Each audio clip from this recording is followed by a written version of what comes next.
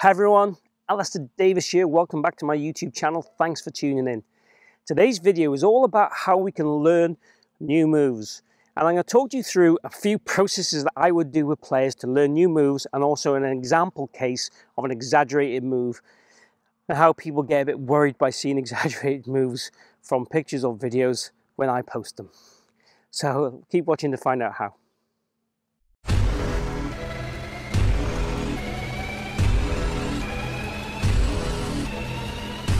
Firstly, before we get stuck in, just a quick thank you to Salbury Golf Resort here in Gran Canaria, where I'm filming this video today. So, we're going to talk today about learning new moves.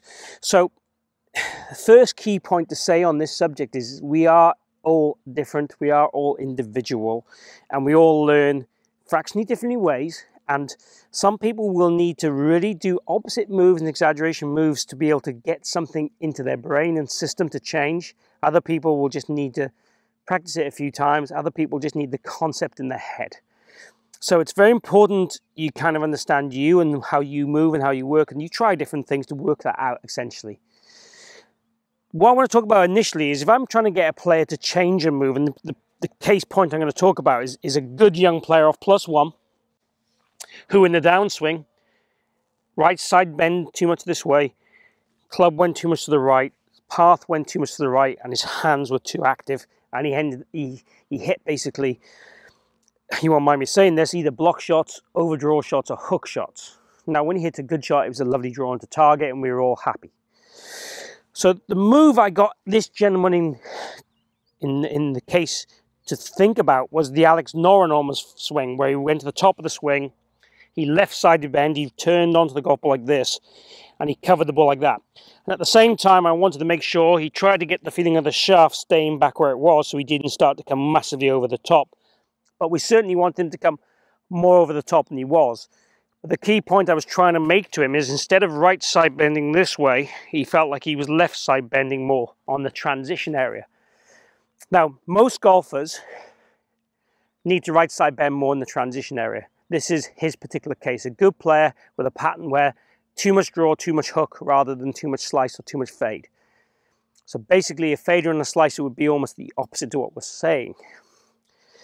The whole point was this exaggerated move got people saying, jeepers, he's got so much weight in his left side there, how's he going to hit the ball? He's going to hit so much down on the ball, and so on and so on. Essentially, that's not how he's going to swing. And it's a bit like Alex Noren. When he does his practice swing, that is not how he swings. He has this practice swing that tells his brain what he wants him to do. Then he goes ahead and hits the normal shot with a simple thought of strike. And that's similar to what I did with this guy, Lawrence. He had to do this practice swing, and when he hit the ball, he just thought of finish, motion, or whatever he wanted to, essentially. So one single thought. The key thing is, some people have to feel real exaggerated examples and practice swings to be able to make a subtle change. And what we did with Lawrence with this is right side bend reduced. His path went more neutral. It went 3 degrees more to the left. He was 3 degrees into out, and it went more to 0. Now, we might have been very happy with 1 degree into out. You know, it's not about that. The idea is trying to give him the medicine he needs to make him change, and then reduce or increase that medicine depending on what he wanted to do. So this practice swing might be something we would do for a month. It might be something we do for a day. It might be something you do for an hour. It all depends how it started to affect his pattern. And therefore they reduce or increase depending. And again, if it doesn't work, we find another way. With some people, we'll use constraint drills where I might put a head cover in place, for example, or a stick or a tubing. Some people, we might put teaching aids on them. Some people, it might just be the concept. If I'm here trying to hit this golf ball, okay, I want to try and feel I'm going to hit this golf ball low and left. So the concept might become more powerful than the actual move. But certainly what I like players to do is have one practice swing on the course where they feel they're going to do what they should be trying to do, and then they might go ahead and hit the golf ball with a very simple thought of strike. So just focus totally now on strike.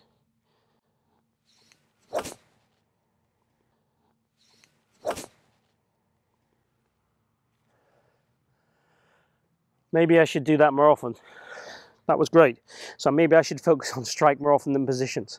So we have to find out, the whole point of this story is we have to find out what works for you and what makes you tick, and that's important. So discover what you need to change, experiment with ways of making the change.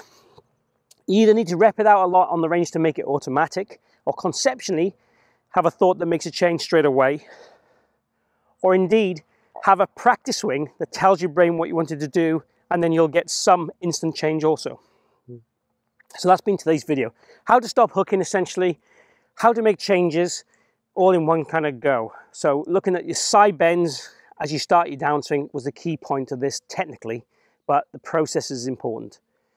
Hope you've enjoyed this video. If you have, post, like, and share the video if you can. Also chat down below, tell me if you liked it, tell me what kind of videos you want to see from me in future, tell me the type of videos you want, and I'll come back to you with those videos straight away. My channel is all about pleasing you guys, really. So if you have enjoyed it, as said, also please subscribe, hit the logo down the bottom corner, join me on my journey. Let's make your golf better, let's make my channel better, and that helps us both out. So thanks for watching, and see you again here soon.